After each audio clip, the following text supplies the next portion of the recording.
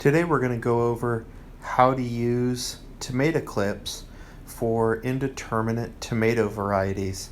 This is a way to keep your tomatoes held up on a string.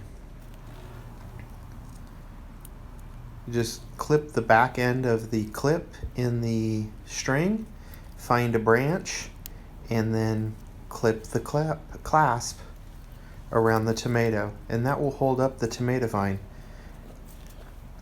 Again, I'll show you up close. The back end of the clip has two little teeth that will hold onto the string, and then you'll close it and that'll lock it into place, and then to release it you just press down the tab and open it up. And I find that when I'm doing tomatoes that about 3 to 4 clips will hold up a tomato plant just fine.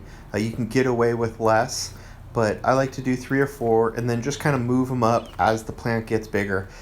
The clips that are at the bottom can get really tight to take off if you forget them there as the tomato plant grows, and so it's best to, as you add a couple of clips up as the plant is growing, to remove those bottom clips and just, again, always find a sturdy branch and clip it in. And with indeterminate tomato varieties, of course, keep managing those suckers, because each sucker will become a vine.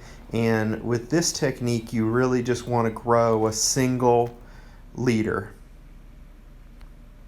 Have a good day. Happy tomatoes.